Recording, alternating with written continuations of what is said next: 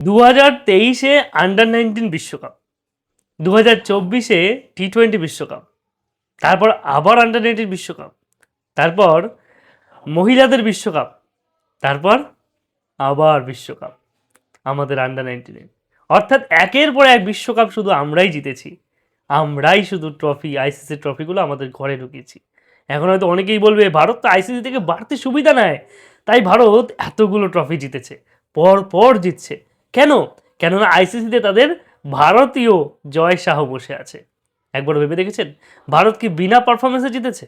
আজকে যে ফাইনাল খেলা হলো 411 রান করলো, যার মধ্যে বৈভব সূর্যবংশী 175 রানের একটা ইনিংস খেললো, তাও কিনা মাত্র 80 বলে, 15টা 6, 15টা 4। এবং শুধুমাত্র সে নয়, মানে সত্যি বলার কথা না, আমাদের বোলাররা, সে হেনিল প্যাটেল হোক বা চৌহান, প্রত্যেকেই, কনিষ্ক চৌহান, প্রত্যেকেই দুর্দান্ত খেলা খেলছে এবং আয়ুষ মাত্রে সেটাই করে দেখালো। আপনাদের কেমন লাগলো আজকের এই বিশ্বকাপ জেতার পর? মনের অনুভূতিটা কেমন?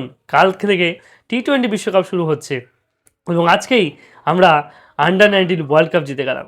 তাই আগামী দিন আরও সুখের হোক, এটুকুই কামনা করি। অবশ্যই কমেন্টে আপনার মতামত জানান।